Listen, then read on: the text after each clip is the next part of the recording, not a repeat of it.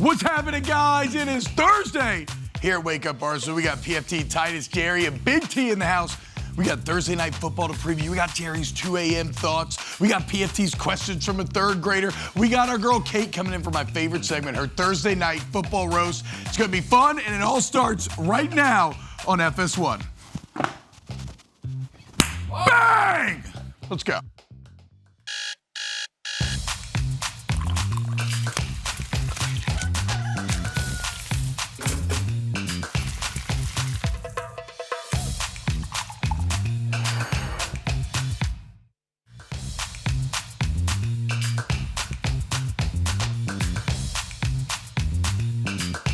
What's up, y'all? Welcome in, Wake Up Barstool here on a Thursday. Boys, how we doing this morning? Boys are good. Hell yeah. Good. Also, I think you said it perfectly. I'm good. We're good. Okay, that's good. We're good. That's good. I think I feel great. Jerry, you look like you feel great. You got a little smile on your face. Yeah, I feel good. Game day, Game day. Jerry. Big day. Big day. Raji in the house. Big T, you look effervescent. Thank you. How are you feeling today? Average. Perfect. We got I forgot to say, we got the big T's coming up too. Multiple big T's. So be on the lookout for that. Bama week for Big T. He is more than effervescent. Big week. You're ready to Dialed. explode. Look at that guy. Business-like. Well, it's a business trip, Exactly. correct? We'll get into that game a bit later. You look up, all of a sudden, Tennessee, best offense in the entire country. How about it? I don't think you have to look up. It's been that way the whole year. Yeah. Well, I guess. Is this what we're doing at the start of the show? No, my bad. No, let's open with Are this. we opening with My bad. Biggest game of the weekend. I got distracted. To be fair to Big T, people ain't talk about the Vols. They don't. I think I was doing a poor job, but I think that's what I was trying to get at. Yeah, people ain't talking about the Vols. They're not talking enough about him, or really maybe the job that Josh Heupel has done. Like I think. Since Heupel's been there, Mark wants to open with a full view of the Josh Heupel 5 years at Tennessee. Let's do that. So when he arrived, I think they're like top 9 in win. They're like top 10 in wins. That's correct. Since that moment, which That's is correct. Crazy. Coming off a 3-7 season in 2020. Mark, I know you understand how impressive the job Heupel's done there. Yeah. Okay, my bad. A little too in the college football weeds. But there is Thursday night football tonight. Yeah. And it's just a deeply funny Thursday night football game in many ways, mainly because it's headlined by Joe Flacco and Aaron Rodgers, two 40-year-old quarterbacks. Third time in NFL history we're getting 40-year-olds matching up, and the other two were just Drew Brees and Tom Brady in the NFC South year. Yeah, I don't see any difference in this game. As a 40-year-old, this game means a lot to me. This is my Super Bowl. Watching Joe Flacco and Aaron Rodgers still go out there and play, it gives me hope one day I could still play in the NFL, and I'm excited about that. Jerry, I feel like you're too excited about tonight. You're too confident going into tonight. I don't think you respect Joe Flacco enough. No, I mean, not at all. He can't move anymore. Mike Tomlin respects him. Mike Tomlin said earlier this year, I really wish that we hadn't hurt Anthony Richardson. We didn't want to see Joe Flacco get in the game. Oh, from last year. Yeah, from the Colts game. Yeah, he still told the team, don't hurt Anthony Richardson. We don't want to see Flacco. Yeah, your man Mike respects him a lot, but you don't. But no, I don't. I get to this point, once a year with the Steelers. I think this is a rout. I think they're going to eat him up. He can't move no more. The Steelers are blitzing so much. So I'm inclined to agree with you, right? But I think what's giving me hesitance is, haven't we done this dance the last 2 Thursdays? Yeah. And been dead wrong? Where we're like, oh, this is so obvious. This team's dead in the water. Yeah. The other team should smoke him. And then we've been wrong 2 times. We didn't account for Scatterboo. We didn't have that in our game plan. We got Scatterbooed last week. That's been the story of the NFL all season, is nothing makes sense, really. Yeah, I guess that's true. Yeah, the Indianapolis Colts are the best record in the NFL. The Baltimore Ravens are 1-5. None of it. That's crazy. Mm-hmm. None of it makes Bills sense. look like they might be falling apart. The Eagles look like they're on the edge of falling apart here. You know what I was thinking about, too, about this game that's kind of crazy? And maybe it's something that we gloss over, but, sometimes I like talking to my wife about sports because she doesn't care about them at all. Mm-hmm. And so she comes with a perspective about things that I take for granted. And it's especially as an adult that just went through a major move, what a weird time for Joe Flacco. Yeah. I mean, he spends his whole offseason, this whole year prepared for this one team. He's locked in, and then he has the big Packers win. He comes here and Wake Up Barstool. We have a good time. Everything's good. And 3 weeks later, he's in a new city, new team, being asked to win a national TV football game with like a couple of days of prep. It's just wild to think about how a trade can just completely turn your life inside out. Mark, you're an Ohio guy. You know about Ohio. Sure. What is the culture shock moving from Cleveland to Cincinnati? What does he have to change about? Great question. The Skyline Chili. Cincinnati is more of a Kentucky feel. Yeah. Cincinnati feels like more of a Kentucky city. So Interesting. Cleveland is more blue collar, I think. Really not that much of a difference, though. Really, as it turns out. I'm grasping for straws here. I don't know. It's probably not that much of a difference. The Bengals seem to be slightly better of an organization, but even then. Oh, I don't know. probably About not organization. really. Embrace debate. Slightly better. Slightly better. Yeah, I guess he did kind of go for They've the been to a dregs Super the Bowl dregs. in recent years in a way that you know. I don't think that the Bengals owner would ever pay a quarterback $200 million guaranteed.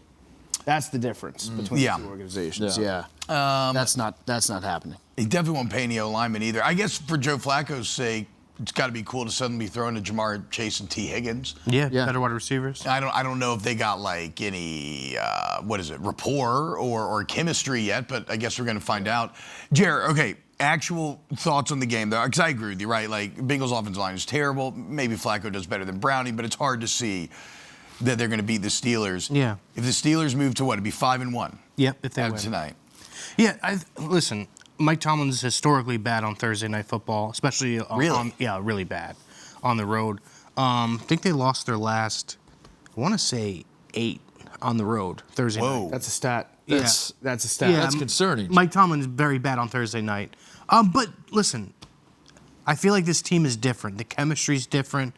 Each week you could see the Steelers. If you're a Steelers fan and watch the games, they're getting better every week on both sides of the ball. We don't need Aaron Rodgers to throw for 303 touchdowns. You know, the defense will keep us in the game. Offense will have a couple explosive plays. DK Metcalf building some chemistry with Rodgers. The defense is getting healthy. There's like zero. Clip it. You can clip this. There's zero chance the Bengals win this game.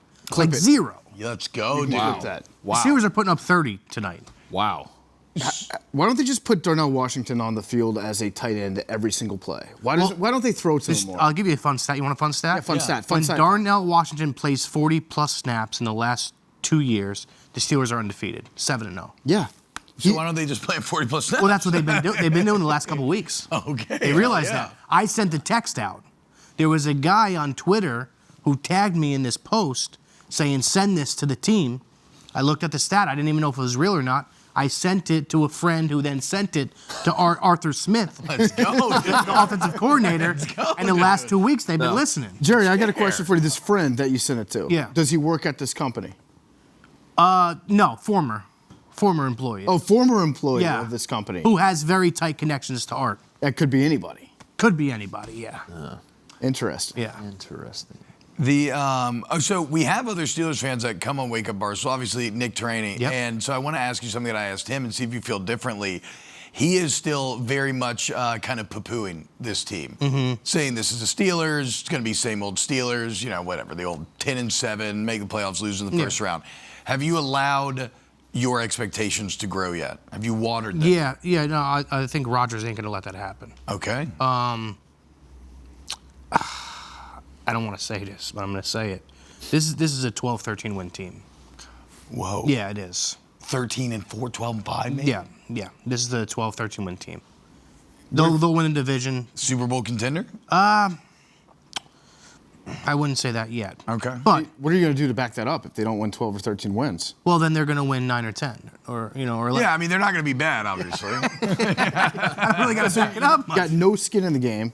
Well, This is an important one because Packers, Colts, Chargers The is schedule's not tough. Tough. That Schedule's becomes tough. That's a rough stretch there. I'd like to make you a wager, Jerry. If Shoot. the Steelers don't win 12 games this year, I get your parking spot. okay, so for how long? For the entire calendar year, till next football season.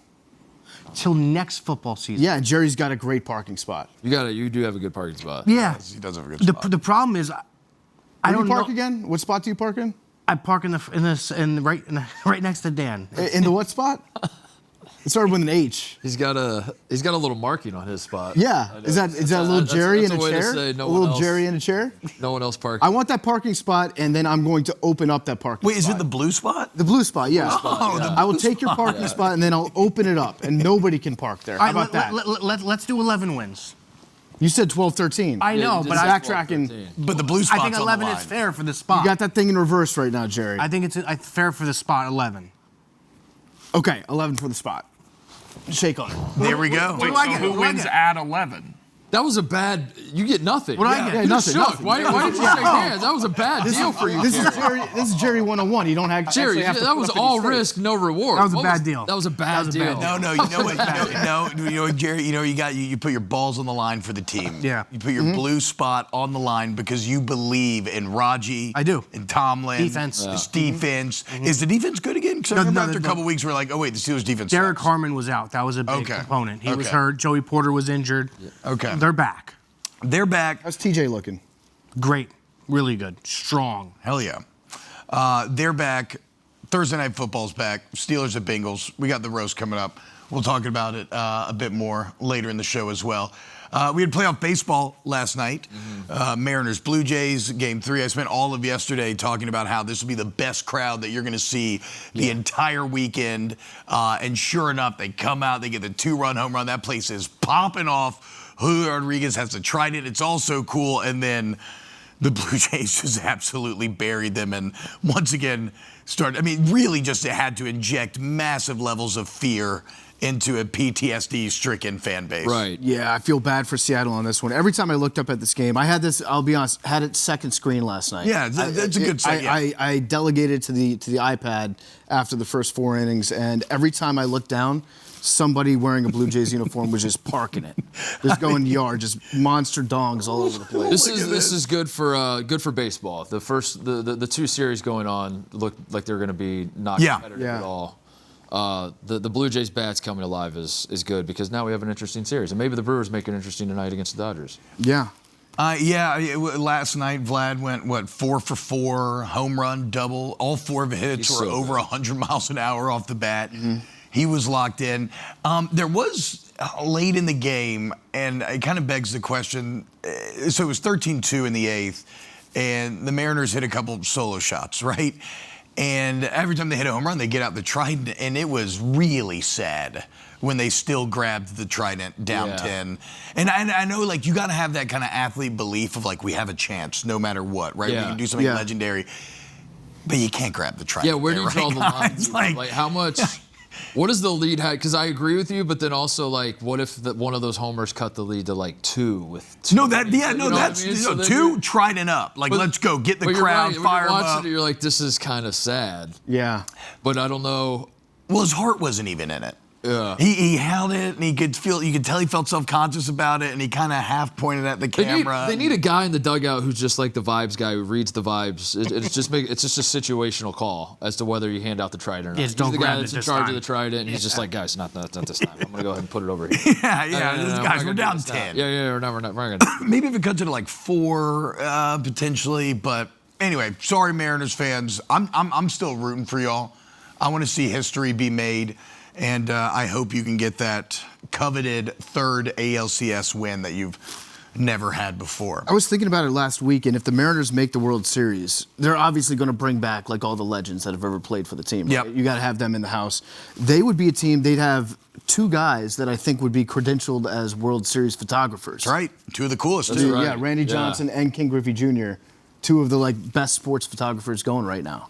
Something about the Pacific Northwest just infuses you with a photographic eye. Yeah. I don't know what it is. And depression, yeah. Can I say also, as a baseball guy, a little bit, I like baseball a lot. I've been locked in on the playoffs. The Cubs are out, but I'm still very interested in what's going on here. I do think that the Dodgers, the Blake Snell and then Yamamoto have the back-to-back unbelievable starts in Milwaukee, and it felt like the baseball, like the casual baseball fans, just kind of decided they were going to check out, and they're like, oh, the Dodgers are just going to win the World Series. I think either one of those teams, whoever wins the Blue Jays Mariners series, It can make it interesting in the World Series. I think the bats are good enough that they could. Like the Dodgers starting pitching looks unhittable right now, but I don't think it's necessarily a foregone conclusion the Dodgers are going to win. Now they probably still will. Right. They probably still will. Yeah. I'm not here to predict that they're going to get upset. I'm just saying that there is a sense, like people just started talking about the state of the sport. The Dodgers had 2 good games in the NLCS, and suddenly it was just like, is baseball broken? Those 2 games were honestly the first time this season where I thought, oh, okay, yeah, they're going to do it. Like, they didn't steamroll through this season. The Padres were kind of competitive with them most of the year. And then they come out, Blake Snell goes 8 innings, 1 hit, and then Yamamoto, the whole. Like, those were the first 2 games I was like, oh, okay, there's the Dodgers. Well, and the Brewers, I mean, they 6-0'd him. Yeah. In the regular season, right? Undefeated against So that's the problem with the Dodgers is they've reached that, I don't know, dynasty in this business. But how did it, like, the Dodgers for, like, what, a decade were a joke in the playoffs? They were a punchline. It was, that's true. They were the team that's like, I don't care how many regular season. They had a year they won like 111 games in the regular season, and then they choked in the playoffs, and we all pointed and laughed. Yeah. Now they won. Well, I mean, they won the 2020 World Series, but that was a Mickey Mouse, whatever. They've won 1 World Series consecutively, and now they haven't even made the World Series yet. And there's already this sense of like we don't care about the regular. There's going to be a lockout now because the rest of the Major League Baseball is like they've broken the sport. And I don't know. I'm not there yet as a baseball fan. I don't think we need to panic that the Dodgers are dominating baseball just yet. It was fun to start the conversation about like what's wrong with Shohei Ohtani. Yeah. When he was just ripping line drives to right field directly at the outfielders. Yeah. Like his average has not been good this playoffs. He hasn't been that great. But anybody that's watched the games has been like, oh yeah, it's just a matter of time until some of these balls putting the barrel to land in the field. Yeah. All right, coming up next here on Wake Up Barstool, guys, we are once again tapping into PFT's pipeline of 3rd graders as they ask the questions that... They're very curious today. Very curious. Very curious. We got some really good questions coming up. Oh, what's that? This car's on. Is that the blue spot? Yeah, Jerry, we're going to get that parking spot from you. I didn't even see that sign. Jerry put it all on the line. I never seen it. That's a new sign. It's new. Look how sparkly that sign is. Yeah. More Wake Up coming up next. That's tough. You and Rico. Hey guys, hope you're having a great morning. Grab a coffee, have some fun here on Wake Up Barstool.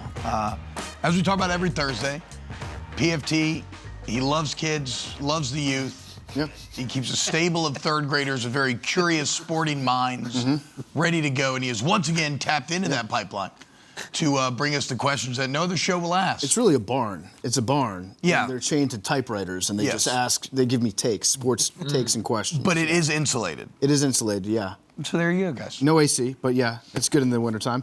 They're very curious today. They had some questions about sports for the experts here at Wake Up Barstool. Yes, the experts. Exactly. Wanted to open up the floor to them and see what they had to say. Oh, this is a good question. This is from Laney from Manassas, Virginia.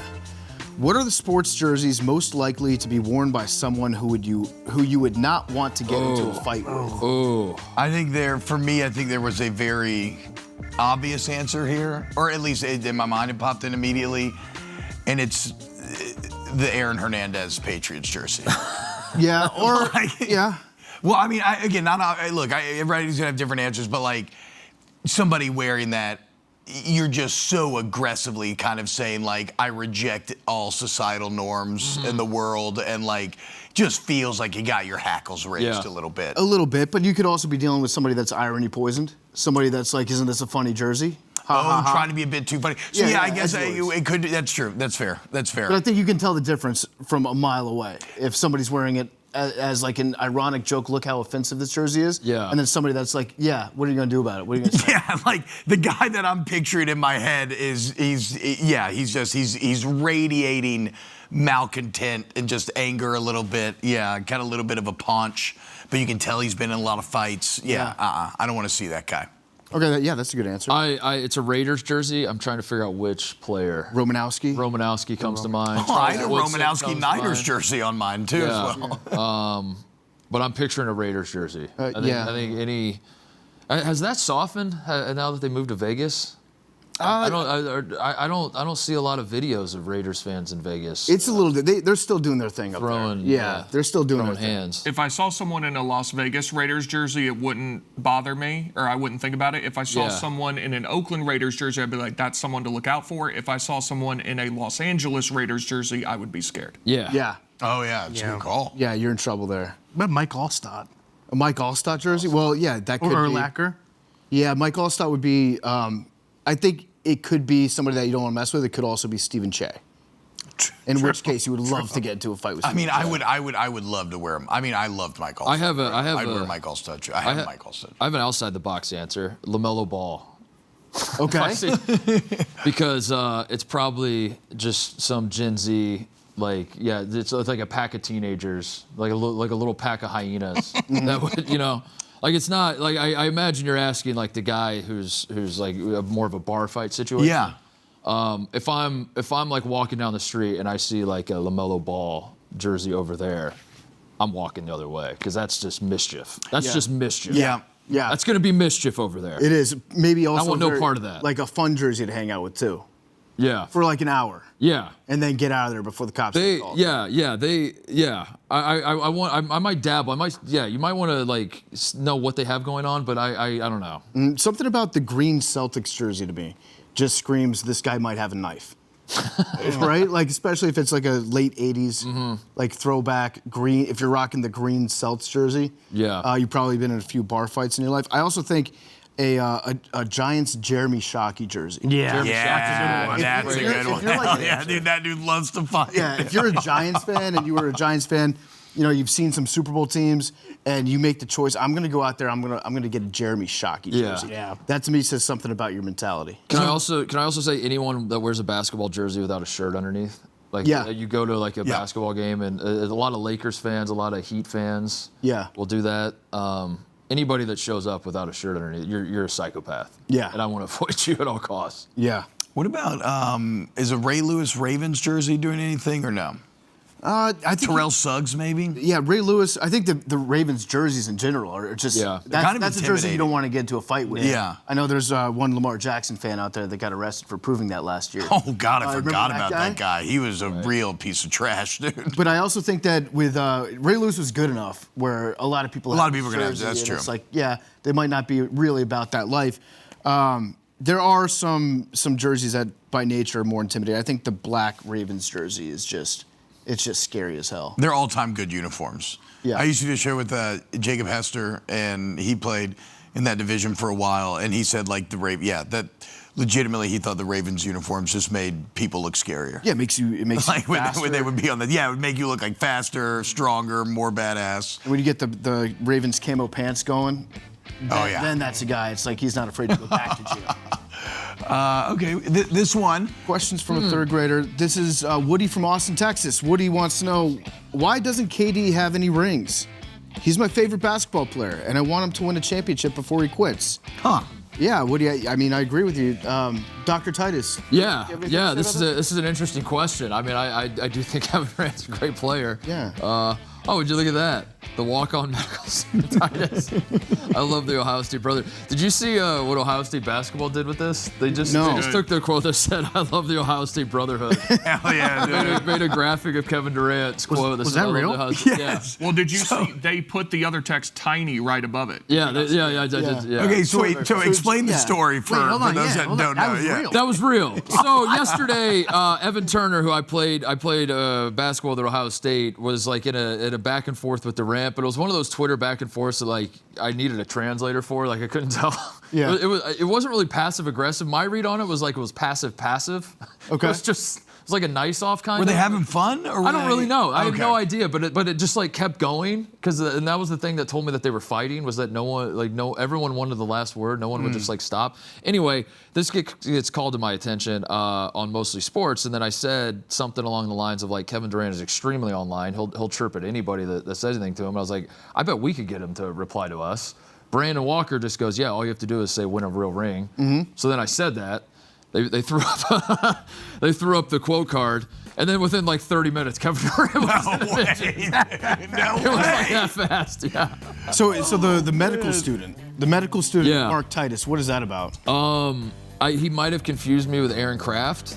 I was declared pre-med, which does that even matter for like one semester? Which is just to say that like. Did he do research to know that? Did he do a deep dive on that? Bro, PFT, I know you've talked about this in the past, but like, I love Kevin Durant's Twitter game. Oh yeah. I mean, he wakes up and he loves it. Like at a time when we're always like, you shouldn't get involved. You shouldn't get in the mud. No, he wants He's in to the mud. live in He the lives mud. in the mud. Yeah, I don't know. When I was a freshman, I didn't know what I wanted to do with my life, and I was like, I guess be a doctor. And then I realized the work that would take. So he was right. I was like, never mind. I don't want to do this.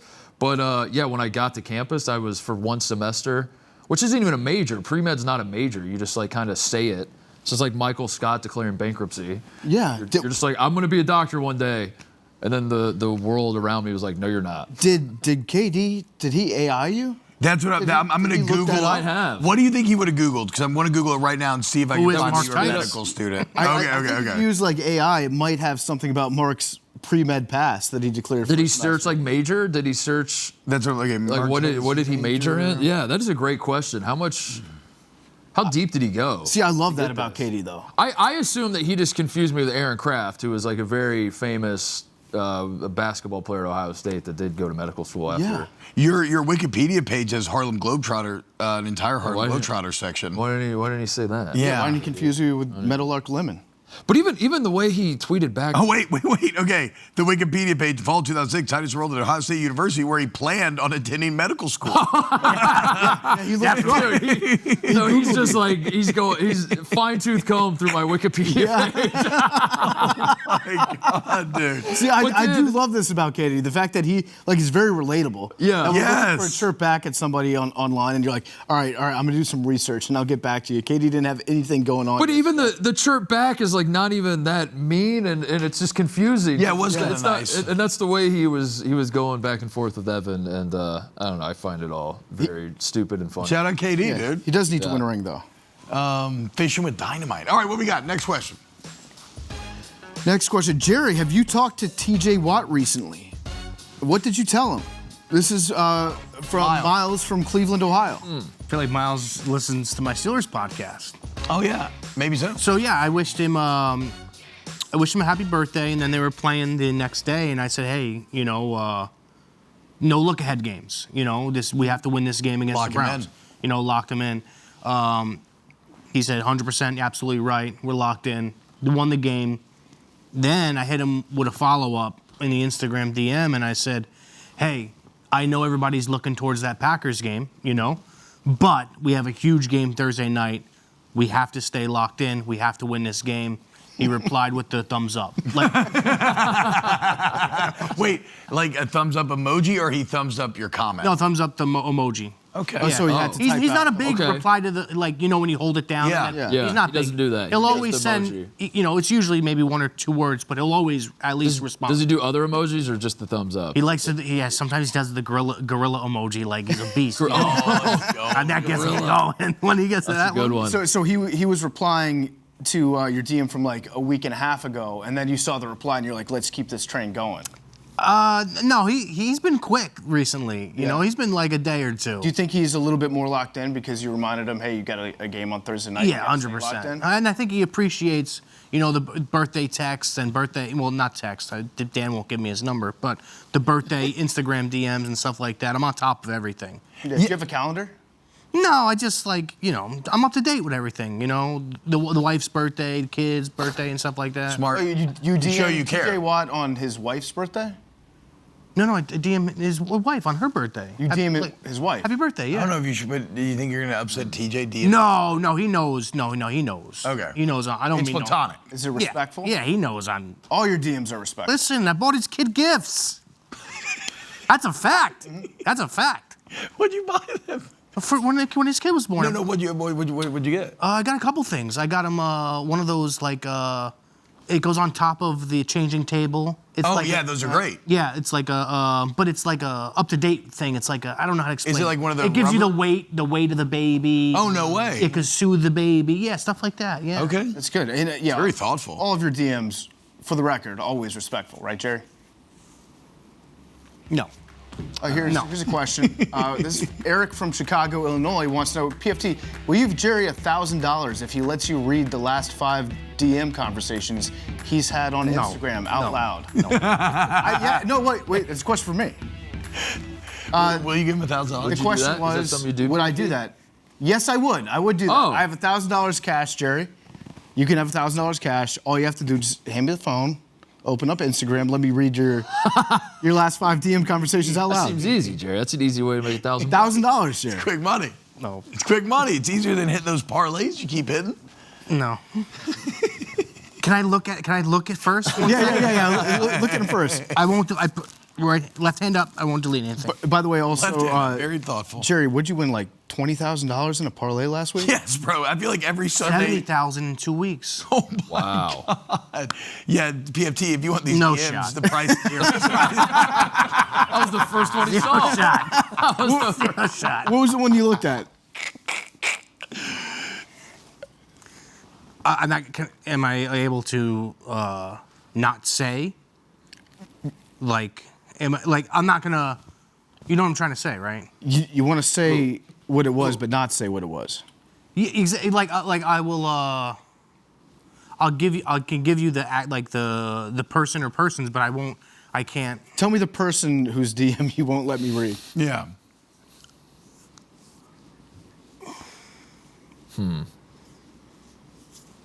Actually, I'd rather not. I'd rather not. Is it a public figure? Yeah. Are most of your DMs to What's their first public name? figures? No, not really. No. Okay.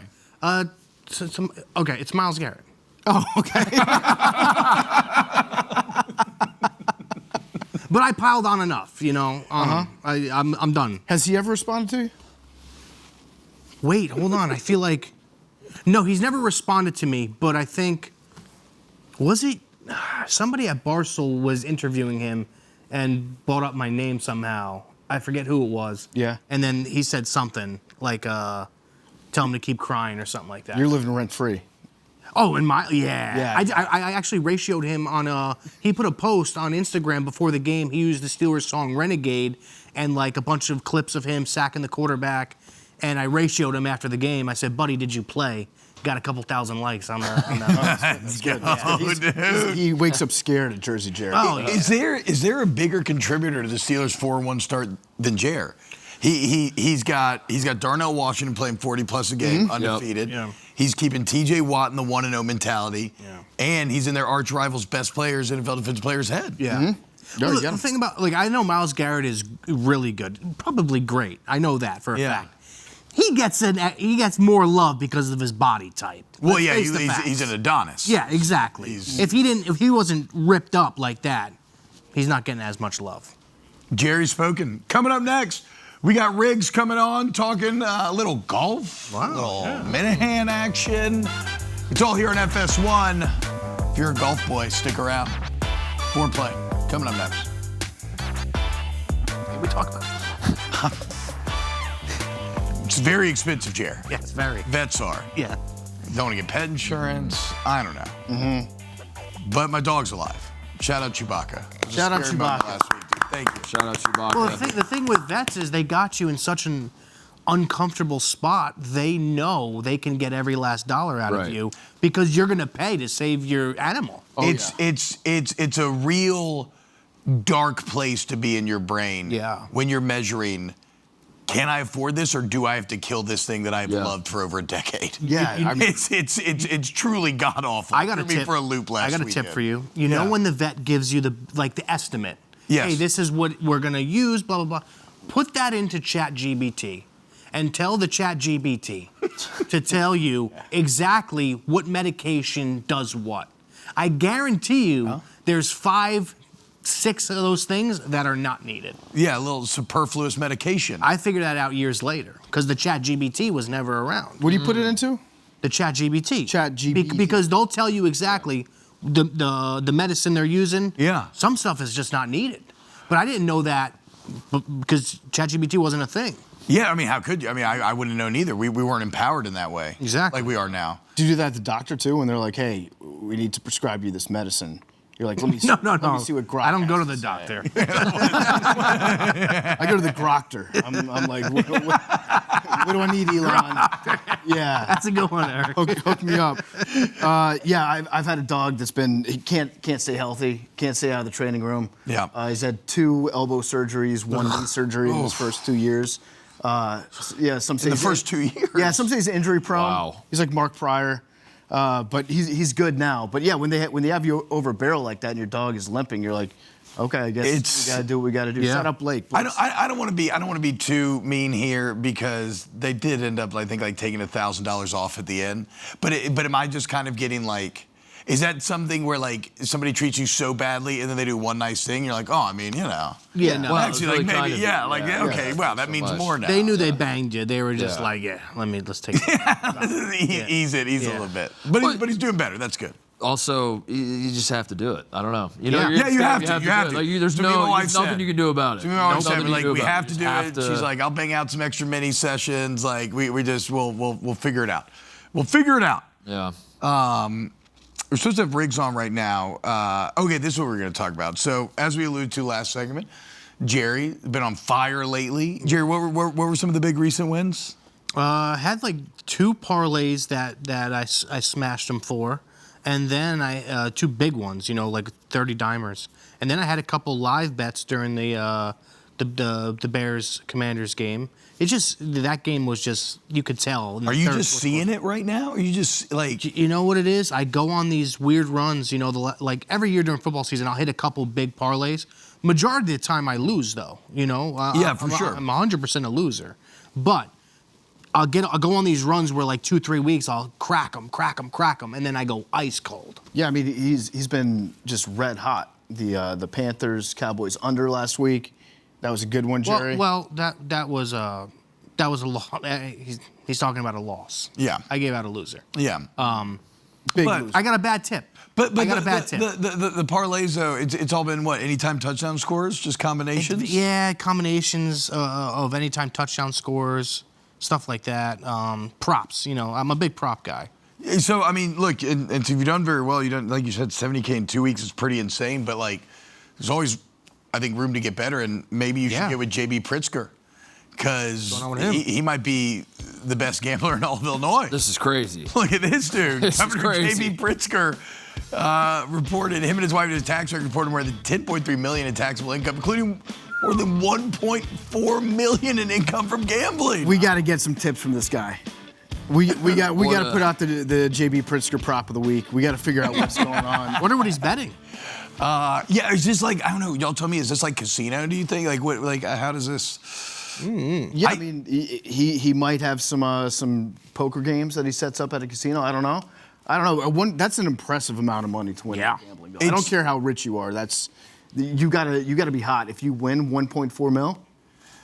It's insane, bro. I can't even fathom it. I've never won anything gambling though, so I guess I'm just like the majority of people in that sense. It'd be funny if he just constantly bet against the White Sox.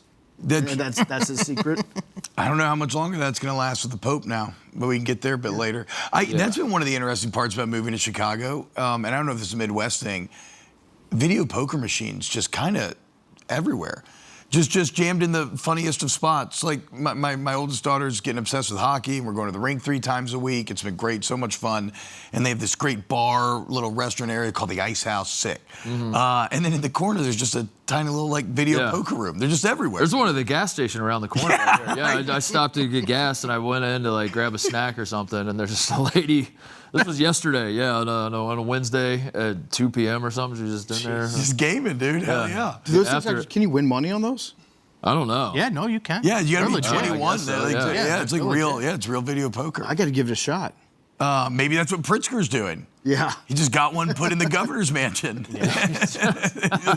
He's just banging it 24/7. Speaking of making money gambling, Big T been making money all year long with the big Tease. And once again, it's time to break it down. Have you decided if you're going to provide a link for us, Big T, or do we I still gave have to do y'all a the link legwork? last week. Okay, I that's on. Now, last week, listen, we never had a chance. It was dead on arrival. I've been seeing a couple people start to chirp like listen, these are plus 400 bets. We're 3-4. We're up 8 units. If you don't like that, get out. We don't need you. Yep. With that said, I think we've lost, 2 in a row now? We're due. Yep. So here we go. I would just say, like Jerry told TJ, just lock in. Yeah. Exactly. It's a big week this week. Also, Big T, can I get some credit? The 2 legs that I was a little shaky about last week, those were the 2 that didn't hit. Then you should make your own. The No, PFTs. I'd rather not. The PFT. Listen, buddy, you can do whatever you want. I'd rather just sit here and chirp from the side. Yeah, exactly. The man in the arena. All right. Texas A&M money line at Arkansas. Arkansas, a little bit of a sneaky ball club, but Texas A&M I think is one of the best teams in the country. I think they'll handle them. Ole Miss plus 14.5 at Georgia. Georgia, excuse me, I don't think has it in them to beat a really good team by certainly not more than 2 touchdowns. Texas minus 3.5 at Kentucky. Kentucky worst team in the SEC. Texas I think a good bounce back spot there to build on their momentum from beating Oklahoma.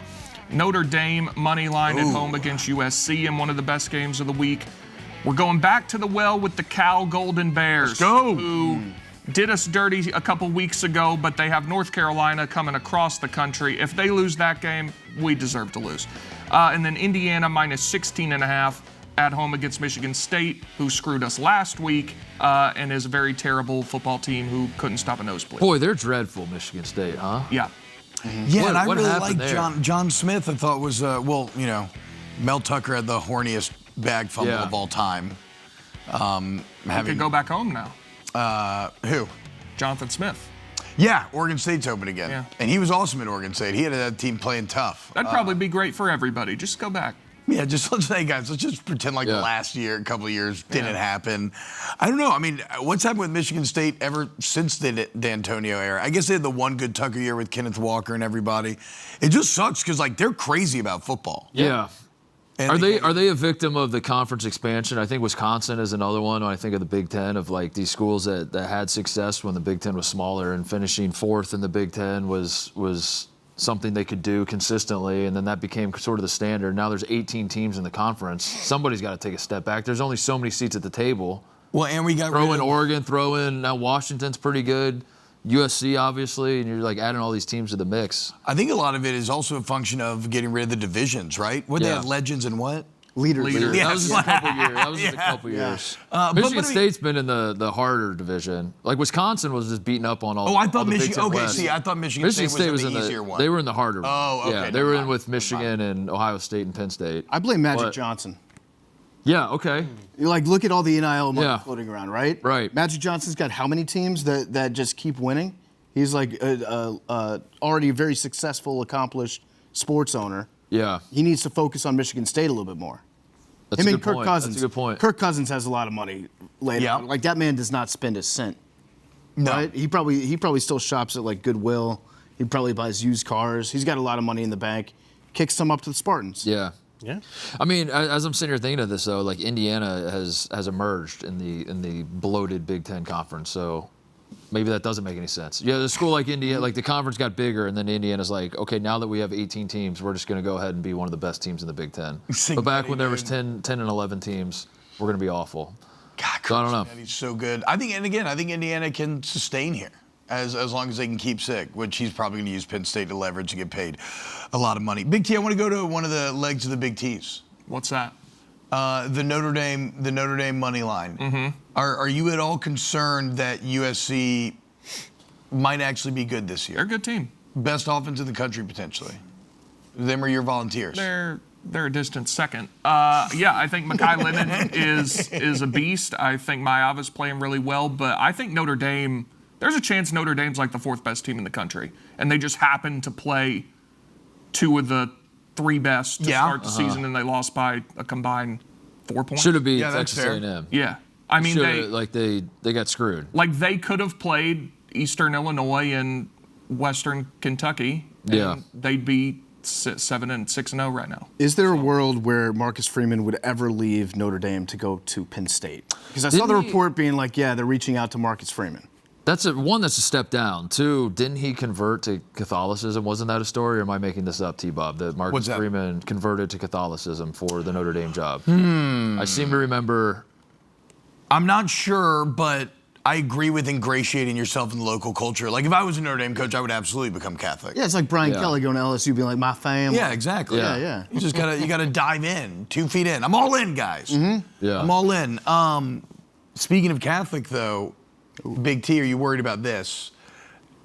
KB, our wonderful Kyle Bauer, who just has the craziest factoids that he ever. Every year in which we have suffered a death of a pope, Notre Dame goes 9-3. Really? Yeah, and this is, and it wins 9 games. Excuse me, and this is kind of the only really tough game left on the schedule. That's what I was. If you're just looking for looking one at. more loss, this would be it. This would be it. Yeah, So I don't know. I'm just saying. They play at Pitt, who's not terrible. Yeah, how did Pitt get better benching Eli Holstein? That doesn't. Yeah, make I a don't ton of know. sense. Navy. Blake Horvath's awesome. That is probably the college football player that nobody talks about. That Navy team, they're undefeated. They're barely beating people, but their quarterback's just unbelievable. He's doing the coolest things ever. Yeah, I mean, of what they have left, if they were going to lose a game, it'd be this one. Yeah. But they're at home. I think CJ Carr is really good. I think they're an awesome team. I think they're going 10-2, going to be in the playoff, and I think they're going to be a problem in the playoff. Maybe they can break the curse of the papacy. I don't know. I guess we'll see. Notre Dame versus Trojans. Old matchup. Yeah. As old as time. Probably my favorite matchup that we've ever had like that was when the Vikings and Saints played in London. Yeah. And the Vikings beat the Saints. There's never been a more historically appropriate matchup than the Vikings raiding the holy men, the men of God, and stealing all of their treasures in the UK. Although we got another London game this week.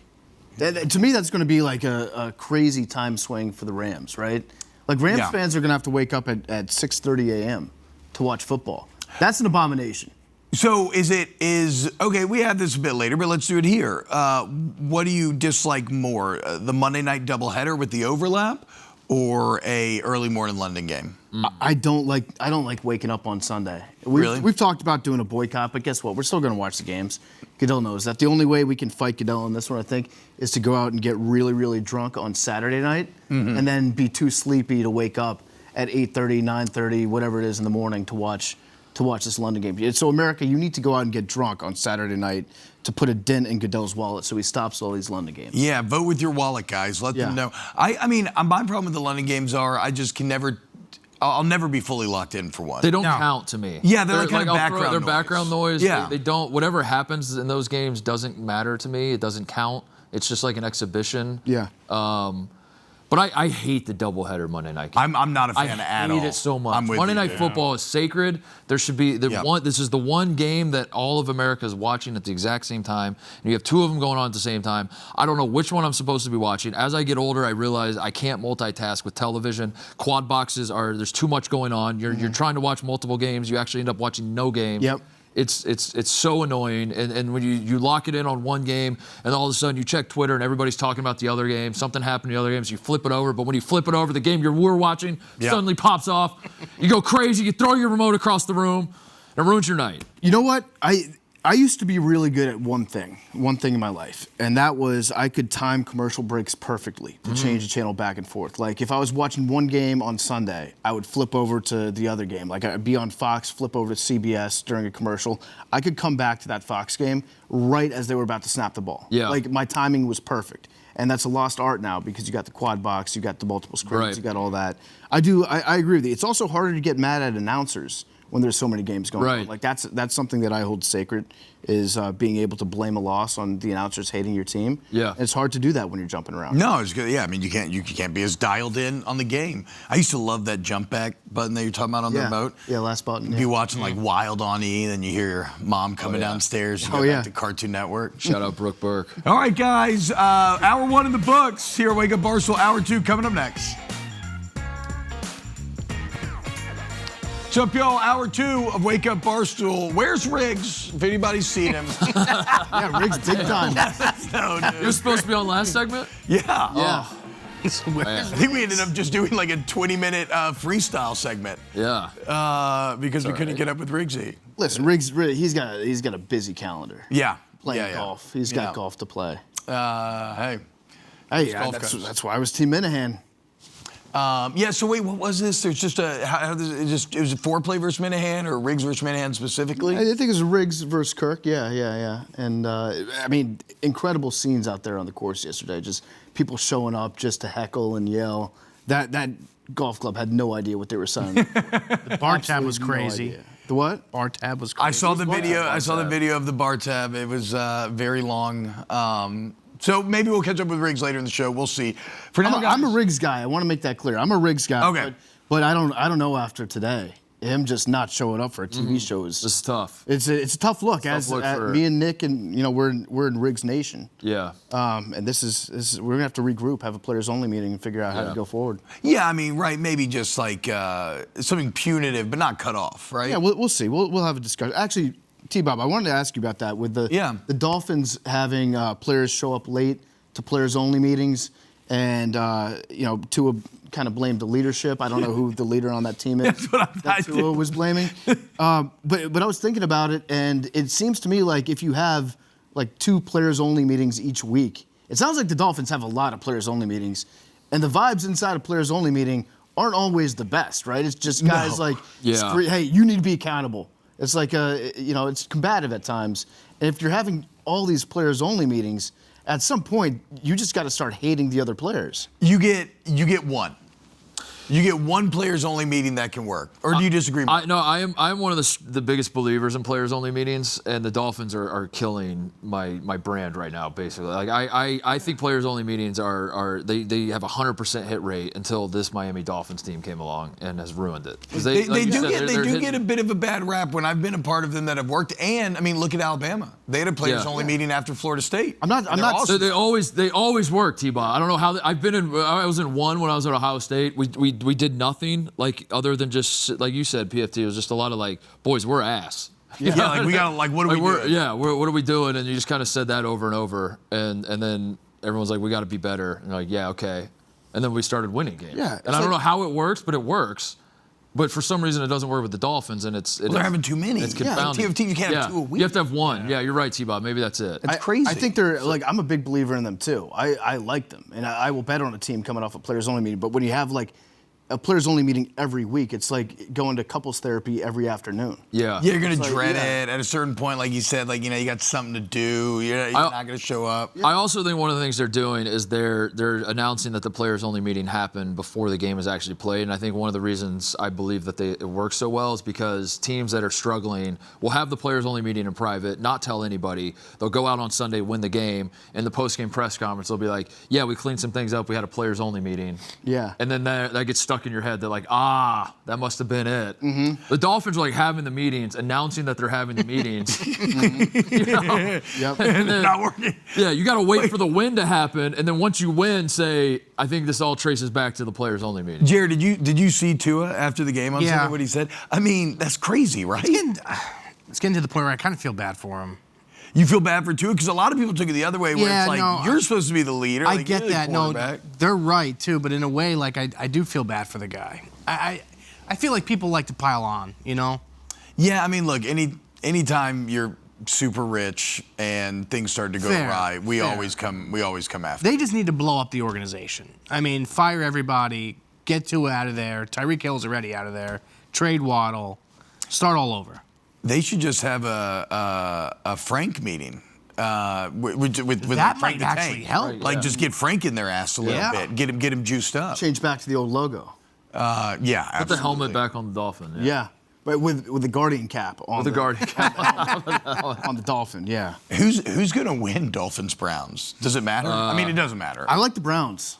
Really? But yeah, good point. It doesn't matter. I guess, yeah. That's actually a great point. That's good analysis. It does not matter, but I do of all the games on the slate this weekend, this is actually the one I'm most confident in because I do think that the Browns are going to win. I think just flip their a defense is good coin. enough. Flip a coin, and you don't need to play the game. Just do a coin flip. This game should be in England. That's right.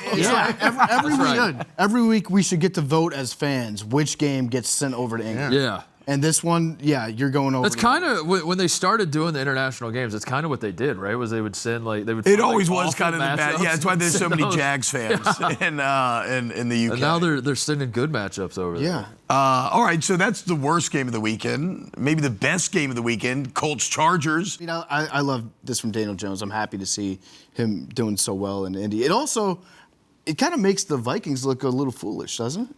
Yeah, without a doubt. It makes, I think, a few people look pretty foolish. Yeah, I mean, we talk about the Giants. Yeah, a lot, but we don't talk about the Vikings. We don't talk about the Vikings. It's like, who would you rather have right now, Daniel Jones or Carson? I can't even say his name. It is interesting in my mind, though, because Daniel Jones also ties to the Vikings, because now we've all accepted that the Colts are going to be an awesome regular season team, and he's going to kick ass. Yeah. But everybody's going to expect him to be Sam Darnold from last year. Yeah. Where they were awesome all regular season, they get in the playoffs and he just falls apart. Like that is going to be, I feel at least, the expectation that's going to be thrust on Daniel. But that man, that stoic man, he might be able to handle it. Yeah. The stoic man doesn't need to worry about sports talk or expectation. Mm-hmm. He just goes out and does his job. How many examples of Baker Mayfield could win MVP this year? Daniel Jones gets on a new team in a new environment and he's thriving. How many examples do we need before we pump the brakes on criticizing quarterbacks so strongly and so assuredly? Where everybody's just piling on guys that they think are not good.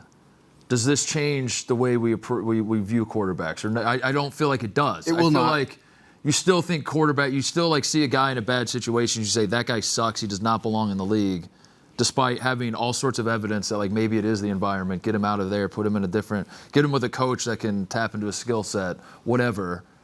And yet we as fans learn no lessons from this, and we just decide guys stink. Yeah, we never will. Get him out of here. Never. I do agree. I think we should completely pump the brakes on criticizing quarterback after, especially one bad play, primetime game. That doesn't define them as a person, not at all, human being. It doesn't define their hands. It doesn't define anything about their winning abilities. Right. Mark's 100% right. And as fans, I think we can all agree that we've moved on past that phase. No matter how many seventh graders out there could have made that handoff. Correct. Yeah. It doesn't matter. That's irrelevant. Hypothetically. Yeah. No matter how many seventh grade quarterbacks could have made that play. Oh, dude, you know what this is actually reminding me of? The play from the other night, the Jaden Daniels fumble. Not familiar with that. Not familiar. The PFT. Haven't seen that one. When Derrick Henry had fumbleitis, I ate a football. We ate a football to fix it. Yeah. Oh no. You drew a pretty interesting causal line between. You multiple times last year claimed that Jaden Daniels was the best at handing off in the NFL. Mm-hmm. You had a DAP that was heard around the world at training camp. It was a great DAP. An elite DAP. Wow. Did you accidentally mess up Jaden Daniels' hands? Maybe I broke his hand. I don't know. It was the pop was great with the DAP, the grip. It was a 3-stage DAP, and then the hug. I got to blame myself a little bit for it. Yeah, that's what a leader does. Tua. But what do I do? I did eat a football for a team that I don't really care about. Yeah. What do I have to do with a football for a team that I love? Ask ChatGPT. Yeah, what orifice should I put the football in for a team that I? I do a line of football. You do a line of football? I do chop up a piece of football and. Yeah. I was gonna say maybe inject it, but that's probably football. A little more. I actually look at that DAP. That's first person POV. You're dapping up your hero. Jaden's dapping me up. I'm his hero. That's so. How do you know when to go in for the hug? I always wondered that with the players. I did some reps. You know how Jaden he trains in virtual reality. Yep. So I went back. I found some clips of Jaden dapping up Drake May, rookie year, and I put on the VR headset. And then I just trained in VR for the DAP. That's why, cool. Perfect practice means perfect execution. So Jaden, he's going to be fine. I'm actually not worried about Jaden. I think, a fluky play happens to even the best quarterbacks out there. Oh, here's the play. We don't need to watch I actually missed this. I knew it happened, but I didn't see it. So could I get another angle? Yeah, thank you. It was very wet. It was raining too. It was right? very wet. It was super wet out there. Very wet. It was very wet. And that's just a simple handoff. Football should be played in a dome. I've always said that. Take away the elements. I also don't. Everybody likes these jerseys that the Commanders are wearing. I don't like those jerseys. Really? The only reason I like those jerseys is because they remind me of the Hail Mary, because they were wearing that last year, which is why we wore them against the Bears this year. But I don't like the black uniforms. We're not wearing them again this year, so I think we can move on. I do expect, though, Commanders-Cowboys, I expect a lot of points in this game. I think it's going to be a shootout because Neither defense is very good right now.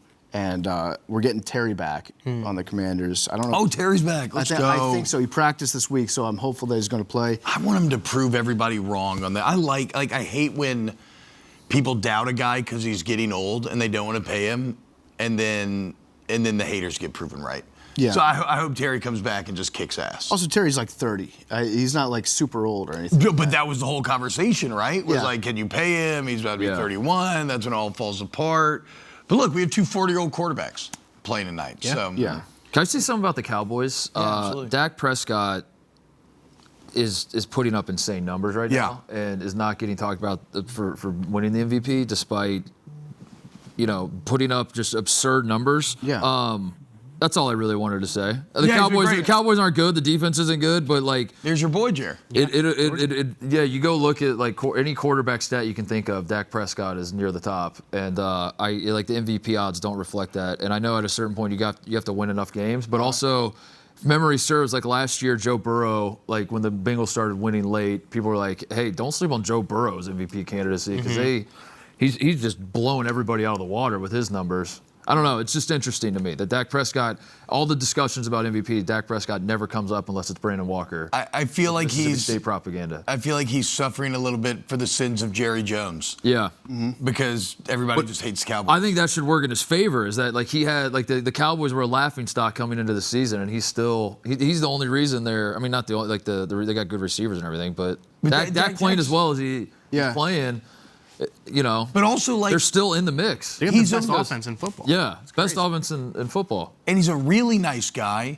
He's gone through a lot of personal adversity that he's overcome. Like, he actually should be the most likable quarterback in the NFL. Yeah. It's just the Cowboys. It's just the Cowboys. Yeah, but that's a great point that last year's Bengals defense is this year's Jerry Jones. Yeah. Dak Prescott has had to overcome Jerry Jones. Yeah. Running his team, and it's very impressive what they've done.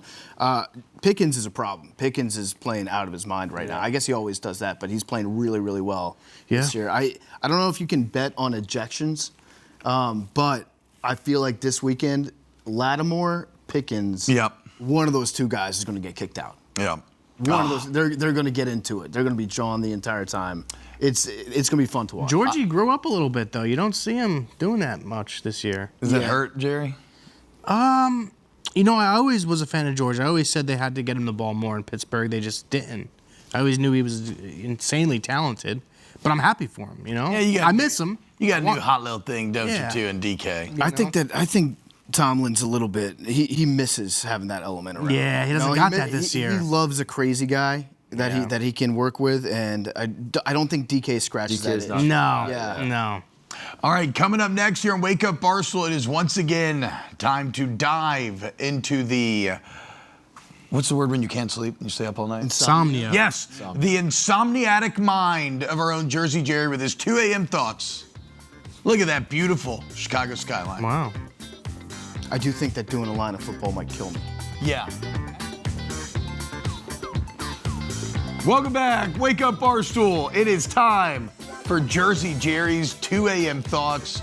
Our guy doesn't sleep, he ruminates. Jer, what's been on your mind lately? Listen, I got a good one this week. If you could erase one sports memory from your mind forever, what would it be? A play, a game, an outcome, whatever you think. I guess I'll just dive in because I feel like a very obvious one. The last game of my entire football career, you play from like the time you're 9 years old on, was a national championship where we lost 21-0 to Nick Saban, and I didn't play a single snap. So that was that mentally buried me for a few years there. But you became the man you are today because of that loss. If I want to go a little sincere here for a second, it really was like a poison in my body, and I was very angry at my coaches and all this stuff. And I remember I called my O-line coach years later, Coach Stud, who's now the IMG head coach. Shout outs to Drawa. And I cried a little bit on the phone, and I basically said, I disagree with you, but I forgive you. And it felt like a literal weight had been lifted off my shoulders. Wow. It was crazy. It was great. Yeah. So I made peace with it, but it sucked for years, and I would absolutely erase it. What was the reason for the benching? I never explained. They just thought the other guy was better. But like it's weird because I didn't get benched before. I don't know. That's what messed me up so badly. Who was the other guy? Josh Williford, who I love you too, Williford. I hope life's Where's going he good at for you today, as well. D-Bob? I'll tell you where he's not. Wake Up Barstool. Yeah. Oh yeah, no, I think Williford's doing great. I don't know. I think he lives in Alabama. That's my guy. Shout out. He was huge. He was way bigger than me, so that could have been it. I think I would like to erase. I mean, if we're talking all sports memories, things associated with sports, I would like to erase Riggs' big timing Wake Up Barstool. Yeah. Because I love Riggs so much. Yeah. The fact that he did this just crushes me. With your guys' permission, I think I'd like to ban Riggs from Wake Up Barstool. Whoa. Be the first Really? ever banned guest. Oh, but the producers are golf boys. They love the foreplay boys, dude. Well, we got Trent, we got Frankie, Yep. Beef. True. We got some Francis. We got other guys that we can dive into there. I think we got to ban Riggs we have to set a tone. You know, we're establishing a culture on this show, a culture of accountability. True. And so I'd like to wipe. If I could, I would wipe that from my memory. Unfortunately, I don't have the technology to do that, so I can't forget it. If you stand for nothing, you fall for anything. Yeah. Aaron Tippin said that. We got a line in the sand, boys. Yeah, that's right. Mark, do you have one? I mean, mine is, similar to yours, T-Bob. We lost to Florida in the 07 National. There you go. Hell yeah. I also played 0 snaps. It was a basketball game, so I don't think anybody played any snaps. But, I would like to erase that. Mine go to, my playing career. I think in high school, the last high school basketball game I played was against Jeff Teague's team. They were ranked second in the state tournament. We were up by 5 with 2 minutes left. I had a wide open three that was going to be the dagger. I got very excited about it, and I airballed. Oh, no, dude, I overshot it. Isn't it crazy I how those overshot moments it. stick There's no with you? shot clock in high school, in Indiana high school basketball. We could have pulled it out, ate some clock, maybe got fouled, maybe gone to the line, extended the lead. I thought I'd be a hero. And I thought I would take down Jeff Teague. He was 2 years younger, but he was a great ball player, and everyone knew it back then. Yeah. And so probably that. Also, Steve Bartman comes to mind. That whole play as a Cubs fan. Oh, yeah. That haunted me for years. It still does. It's still something that, even though the Cubs won a World Series, it still gets brought up. And just all sides of it, like the fact that it cost the Cubs the game, but it also didn't cost the Cubs the game. Alex Gonzalez had a really bad error. Yeah. That cost the Cubs the game. And then all the discussions about it of were people too mean to him? Would you have also, I don't know, everything about it. It's It was just maybe the worst vibes play in sports ever. history. Yeah. Everything about the discussion about it, the 30 for 30 that was made, I want all of it to go away. I want to pretend like it never happened. Actually, from a fan standpoint, from a fanhood, dude, the Nola no call was absolutely brutal. I remember we went on a vacation the week after, and you would tell people you're from New Orleans, and they would be like, "Oh, I'm so sorry." Yeah, are you okay? Yeah, That was pass interference. I'm like, okay, we're trying to make it. Thank you guys. I think as a nation too, the Gordon Hayward missed shot at the last second. Yeah. Like, can you imagine the society that we would live in today? That's the number one, If that flip shot- the result. Yeah. If that shot had gone in and they had beaten Duke, there'd be no problem. We'd have it's flying cars. a We'd have flying car cars. meme. It's Yeah. a flying car meme. Utopia, We'd have flying cars. And does Brad Stevens then? Does he go to the Celtics? I think he's president of the United States. He might, or Probably in a better spot. Inflation's not as much of a problem. I think it's not $20 for a freaking burger. yeah, probably president. Or he might actually be the head coach of Indiana. We have Shot goes in. Yeah. Vets. We have free vet health care. What's your answer, Jerry? Ooh, well, if we're going personal stories, I got crackback blocked by a girl in high school pretty bad. Yeah. We were playing Passaic. I'll never forget. It was on a kickoff, and I was running down the field, and the guy who was returning the ball was starting to go this way, so I was going this way, and then she was a female. It was a girl. Yeah. I didn't even see her coming. Cracked me. No, dude. Oh yeah, bad. Like feet out off the ground, decleated. Oh, not even that. I wore a visor. The visor was cracked. Bro, she lays the wood, dude. That's Yep. crazy. I never forget. She played for Passaic. Do we have any? Is there a huddle highlight reel of this? It was freshman football. I don't know if there is. We could try. Maybe You got to reach out to the school. Yeah, and find out. footage. Yeah, That's very valuable Did footage. she get penalized on it? That'd be worse. No, almost. she didn't. No, this And is we probably got allowed. crushed too. We lost 50-0. Yeah, if they got throw the crushed. flag, you got to tell the ref to pick that one up. Yeah. No, there was no flag. Clean play stripes. Yeah, I was originally going to go something with the Steelers, but if we're doing personal, yeah, that one sticks out for sure. Probably one of the worst moments. I ended up, completing the season. I didn't play football after freshman. She cracked you out of the game entirely. Well, no, I played the rest of the season, but yeah, we were pretty bad. So what's your Steelers one? Probably the Jesse James touchdown against the Patriots. I was at that game.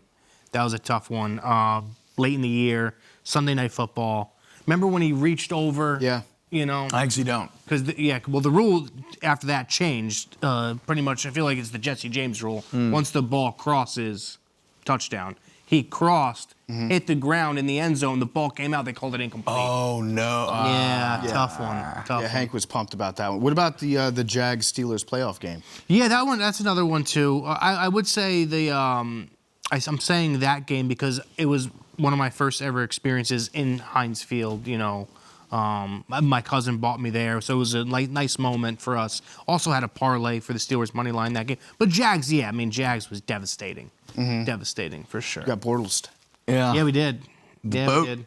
All right, coming up next here on Wake Up Barstool. Okay. Sorry, excuse me. How rude of me. Big T, what is yours? I have to pick one. Any one of the 6 times that we've lost to Purdue in the NCAA tournament and they've stopped us from getting to the Final Four. Your answer is just Purdue. Yeah, any one of Purdue those across the really. board, yeah. You could also do the 25-point lead in the Super Bowl. You could do a ton. All right, coming up next here on Wake Up Barstool. We still got Kate's Thursday Night Football roast coming up, but before that, we got a little game to play when it comes to some of the big NFL games on Sunday. Who would you rather be? Where would you rather be? They're right here with Wake Up Barstool and FS1, unless you're Riggs. And you don't want to be here. And you're not. Banned. Ever. Welcome back to Wake Up Barstool, guys. We got a great slate of NFL games coming up on Sunday. And it's an interesting situation where a lot of the 2 teams that are playing are teams that it would be desirable to potentially inhabit their bodies, to be that team for the rest of the year. And so we want to play kind of a would you rather. Who would you rather be? Okay. Here, essentially. And we'll start with the Los Angeles Rams and the Jacksonville Jaguars. Going up against each other Sunday. Where is this game, guys? I apologize. London. This is the London game. Duh, God, yeah, I keep going. It's the Jags. Of course it is. Who would you rather be rest season going forward? Both 4-2. Both looking pretty good thus far. Rams or Jags? I got to go Rams. Yeah. I got to go Rams on this one. The Jaguars look great, and their defense is playing really, really well. They're forcing a ton of turnovers, but at the end of the day, do I really trust a guy who's willing to get baptized on a Sunday before they play a football game?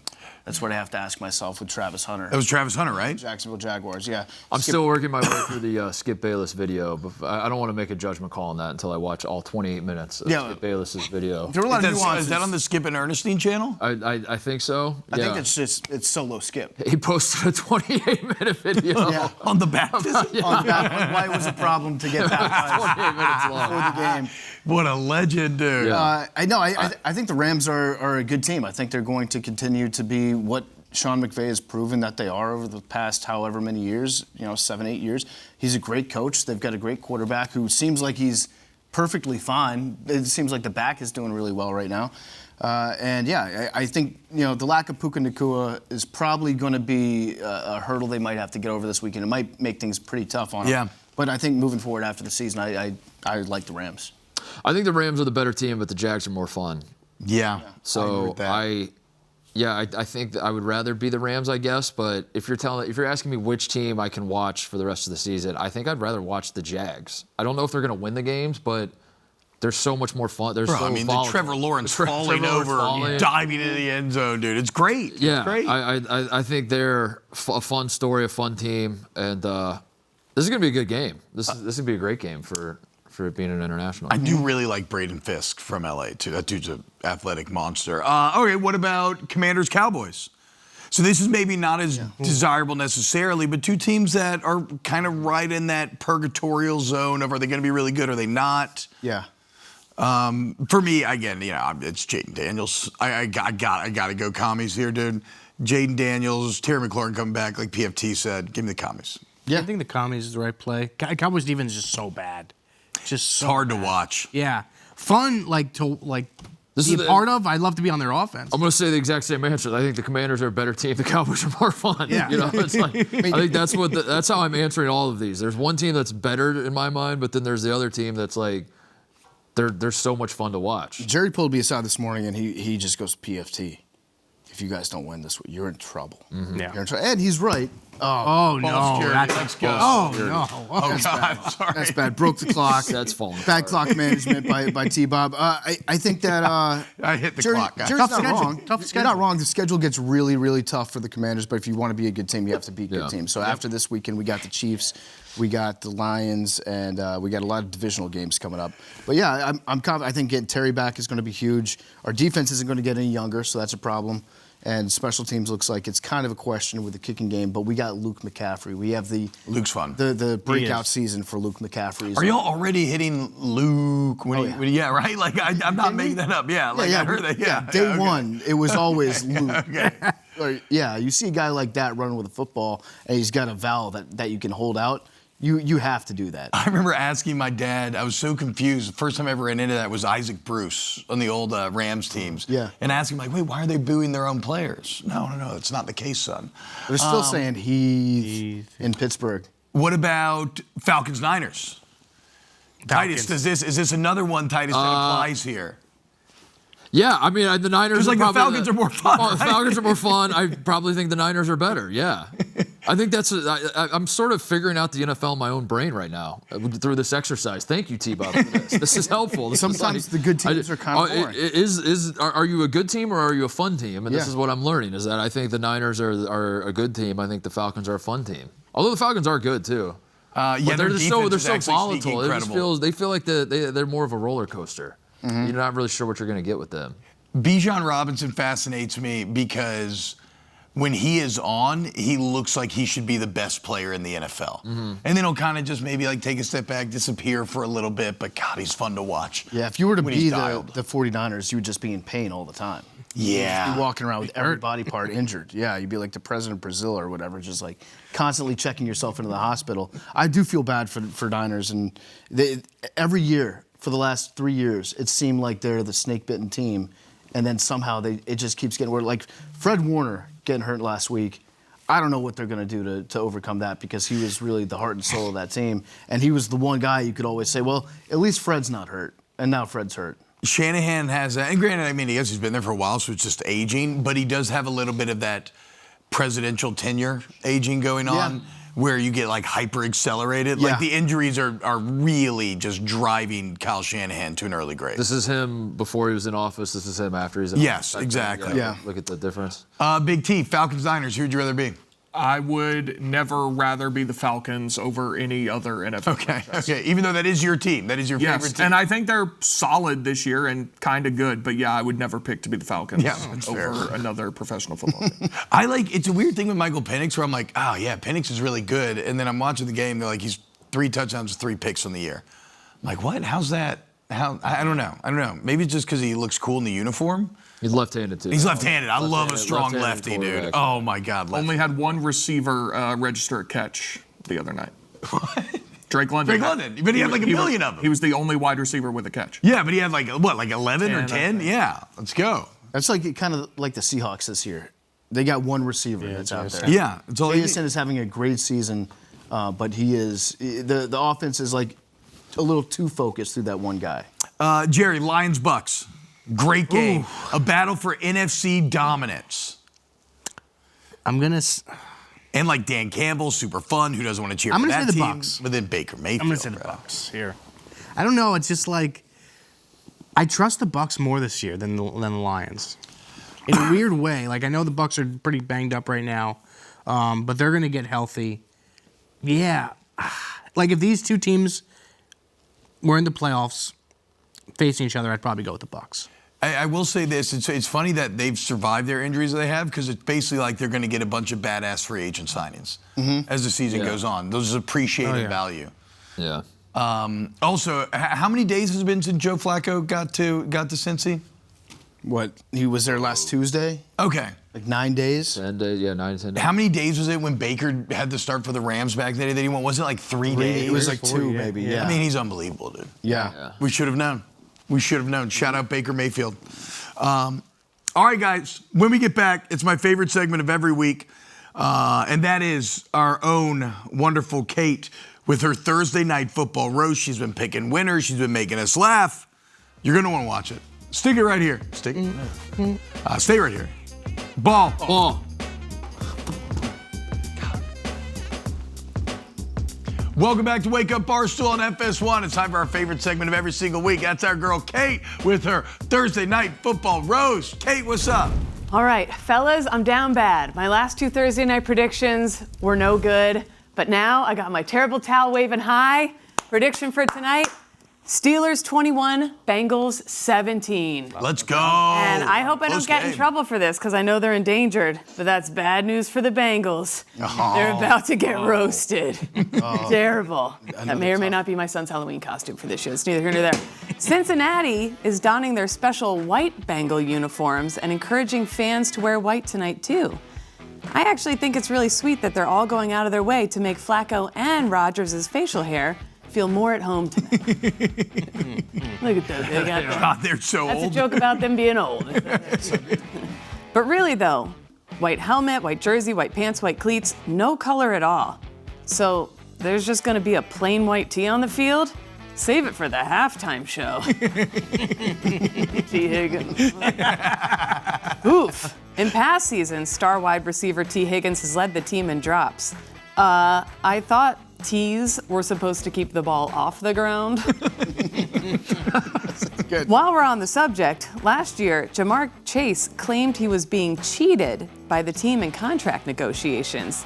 Okay, Jamar, Bengals trying to cheat on somebody? Tigers simply don't do that. This week, Jamar Chase made headlines for saying, "We know the Steelers are going to try to come in and raw dog us, and we're going to be waiting for it." I don't know if you want to be waiting for that. There's no way Aaron Rodgers is up to date on all his shots. That's a good one. I noticed something kind of crazy on the Bengals defense. They've got a PJ with 2 DJs and a BJ. What is this, a football team or a party flight to Ibiza? I don't know football rules, but can 4 defensive players split a sack? Thoughts and prayers to replacement quarterback Joe Flacco. Can you imagine getting transferred from one side of Ohio to the other? That's the most depressing lateral in NFL history. From Mistake by the Lake to Sucky near Kentucky, my goodness. You gotta hope that works out because it's tough to see the team relying so hard on a Burrow that simply isn't there. That's the kind of behavior that gets a groundhog killed. I like Joe Burrow. It bums me out that the only ring he's experienced there so far is a Chilean robbery ring. Those guys stole $300,000 worth of his possessions. I still can't believe it, especially because I thought his whole thing was keeping bad guys out of his house. The only thing worse than a Chilean robbery is Chilean spaghetti noodles, am I right, guys? And poor Joe was stuck with that in Cincinnati, too. Skyline chili, yuck. I'm a pretty open-minded gal myself, 2 kids out of wedlock. But you're not going to catch me having a 5-way. That's spaghetti, beans, onions, cheese, and chili fast food style. Hard to imagine a bigger poverty franchise. Wait a minute. Last year, the Bengals got labeled a poverty franchise after it came out that players had to pay out of pocket to rent TVs at training camp and walk across a busy city street in full gear to get to practice fields. They also invited 10 Ring of Honor legends to attend a game this season, but the veteran players were asked to pay their own airfare, hotel, and only got 2 tickets, not in a suite or a box. So actually, not to get serious, but this brings me to the real reason for my segment today. This isn't actually a roast. For just 10 cents a day, you can help save a Bengal. Get them the critical care they need. Text 1-800-WHO-DAY now to receive a link to donate. Yins know what to do. Go Steelers, take them down an A. All right, boys. I'll see you later. That's great.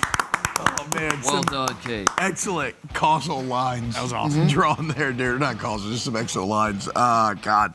I love I the love Kate. accompanying pictures, like the golf tee. Yep. Golf team. That's what I'm saying. In no way. The groundhog, Burrow, in no way. All right, let's, Mark. Yeah. We got 1 segment left. Let's go ahead and do it now. Yeah. You have a jersey Yeah, on. quickly. Nick Mangold I'm jersey. wearing my Nick Mangold jersey. He's been in the news the last couple days. Is going through a kidney situation. Needs a kidney donor. He opened it up to the New York Jets and the Ohio State Buckeyes community. Our own Stephen Shea stepped up, was a hero. Yeah. And he took what Nick Mangold had only opened to New York Jets and Ohio State fans, and he said, I'm going to open this to Tampa Bay Buccaneers fans. Wow. And I thought, with your guys' blessing, because I don't want to, this is all, we all share this. Yeah, we've talked about it. I thought maybe we could open up the Thursday, the people out there that are fans of the Thursday Wake Up Barstool show, I thought maybe we could open up for Nick Mangold and say, if anyone out there that watches the Thursday show. Yeah. I can't speak for the other shows. I'm not on the other shows. Love that. But I think the Thursday specifically, if you're a fan of the Thursday Wake Up Barstool, and you have a kidney that you could help out Nick Mangold, that would be awesome. So in an effort to kind of build on what you started here, as someone who's on Monday through Friday, I'm willing to open up every single day. Every day? Every Oh my single God. day. God bless you. Yes, God I bless know, you, T-Bob. I know. I was kind of on the fence about it, but at the end of the day, I think it's the right thing to do. Mark's inspired me. Chase inspired me. And, yeah. So anybody, if you enjoy Monday through Friday, any Wake Up day, Barstool it doesn't show, matter. Wow. help Nick out. That's huge. And obviously, in all seriousness, help Nick out. He's an awesome dude, incredible dude. he's the man. He's been a great friend of the company for years. Yeah. The only time I got to hang out with him was at Hogs for the Cause back in the day, and he was just electric, classic O-lineman badass, and he needs some help. So you see the link right there on the bottom of the screen. If you know someone, you could potentially do it. Let's help out a very good man. I don't know that he'd want my kidney, given all the stones inside of it, but if possible, I would do it if I was type O. I don't know that you said, every week or every day on Wake Up Barstool, you're opening that up as well. Mm-hmm. I don't think he'd want Brandon Walker's kidney, though. No. I think that's just pure iced tea and all of Brandon's organs are probably a little decrepit. Yeah. And maybe a bit run down. T, are you Tennessee? I'm. Call me crazy. Yeah. I'd be willing to open it up to everyone. No, come on, Big T. You can't world? speak for everyone. Hold on. And I don't want to speak for everyone. Come on. I'm just saying, if you were to ask me, Don't. I would say everyone. I mean, that's gracious. Is that too inclusive? I'm worried. Is that too inclusive? I'm worried you're getting over your skis a little bit. And I might be. That's why I'm just tossing this out. It never even occurred to me that it could be open for anybody until you just said it, Big T. Right. Thank you, Thank Big you. T. No, thank y'all. You've caused me to challenge what I thought was possible. Yeah. I think if nothing else, this is a great opportunity for dudes to figure out their blood type as well. I think that's Good something point. that I would guess. What percentage of adult American men know what their blood type is? I don't know mine. No. 30%. 10? Oh, that's way too high. Way too high. Yeah. 1 out of every 10. Maybe Carson, do you know your blood type? 10 might be high. Suck, Carson. To be fair, I only know it because I just had a kid, and that's apparently something you had to do when you have a baby. I don't know why. I don't know the science behind that, but they're like, we got to figure out your blood type. And even then, I didn't want to get tested for it. I just can't remember it ever. I love giving blood, though. Yeah. All right. So, guys, seriously, help out Nick if you can. And help us out by sticking around through this last commercial break and then closing out the show with us on another very fun Wake Up Thursday. Look at those who pump them up. Pump up, PFT. Pump it up. By the way, it was producer Jeremy that caused me to strip the ball from you earlier. Yeah, I mean, it was a good play. He got in Made a my good ear. play It was ball. good coaching by him. Honey Badger type. Yeah. Why did Chase Daniel lie about what coaches say in their helmet? Welcome back to Wake Up Barstool, guys. Check it out. A tweet about the game that we could not be more excited about. Oh, look at this, dude. Dolphins-Browns game in Cleveland could have 50 to 60 mile-an-hour wind gusts. Yes. Incredible. National Weather Service says this is, quote, certainly a system worth keeping an eye on, as a stronger storm may materialize. Current forecast, 94% chance of rain, 36 mile-an-hour gusts, and 65 degrees. This is such a perfect game for that. This is going to be Yep. ugly. Yeah, this is the most Cleveland thing to ever happen. So my old man, who played quarterback for a while, he always said that rain wasn't a problem, but wind is when offenses fall apart. Yeah. So this is going to be great to watch. Speaking of great, T, you also give us your big tease to watch of the weekend. What are the teas of the weekend here? All right, we'll roll through these very quickly. The first tee, we touched on both of these games. Tradition, we have Tennessee, Alabama, and USC Notre Dame this weekend. Two awesome rivalry games. Two games, by the way, where both the teams should wear their home uniforms. Tennessee and Alabama used to do that. I don't know if Notre Dame and USC ever did, But we should go back to that. Just like screw it. Like everybody just be in their colors. Yes. Yeah, hell yeah. Two just awesome games. Look out for those this weekend. Big T, have you purchased your victory cigar? Not yet, but I do have to get one before Saturday. You should get one, yeah. Watching Big T smoke a cigar is the most fun you'll have. Is it? I smoke one per year as long as we win. Is it a little awkward and stilting? Oh, he had one where he took the first drag and he inhaled it a little bit. Oh, God. And then he let out this cough and it sounded like Amigo speak. Arian made it into a rap song. Yeah. Second T, terminated. Billy Napier seems to have already kind of been pre-fired, Yes, regardless of what happens this weekend, but he's still going to be the coach. There were rumors last week that this could be Bill Belichick's last game at North Carolina, or that he may not have even made it to this game against Cal, so I guess he's kind of outperformed expectations there. We'll see if there's any more coaching openings this weekend. The Fickell, Billy Napier thing's hilarious. Yeah. Yeah, kind of wild. There's literal public reports about the board meeting to talk about firing him, and we all know he's fired, and poor Billy's just being trotted out there. Yeah, in a game that they're favored in, by the way. And then timeline. The timeline we're living in college football right now, T-Bob, Vanderbilt is favored over a top 25 team, and 5-1 Virginia is also ranked in the poll. I believe those two teams are ranked in the same poll for the first time since 1947. So Ben Mintz put me on this, but the last time Vandy was ranked over LSU, the newspaper headline was the very famous, is it Dewey defeats Truman? Yeah. Yep. Yeah, that ended up being wrong. That's how long it's The been. Indiana Hoosiers are getting first place votes. True. Could be the best team in the country. The worst program of all time. I love it, dude. Now maybe the best team in the country. Quick picks for the night. Are we all in the Steelers? I'm riding with Jared. I just went in on. Yeah. I'm riding. Let's go. I like the Steelers to win. I like the Bengals to cover, though. Okay. Yeah. Okay. Tie. Yes. Oh, I think it's a tie. that would hurt. I think it's a tie. Big money Unfortunately, I on think it's the a tie. All right, guys. We love you. Great job, everybody. Today. We love you. We'll see you tomorrow. Hi, Mom. Bye, Mom.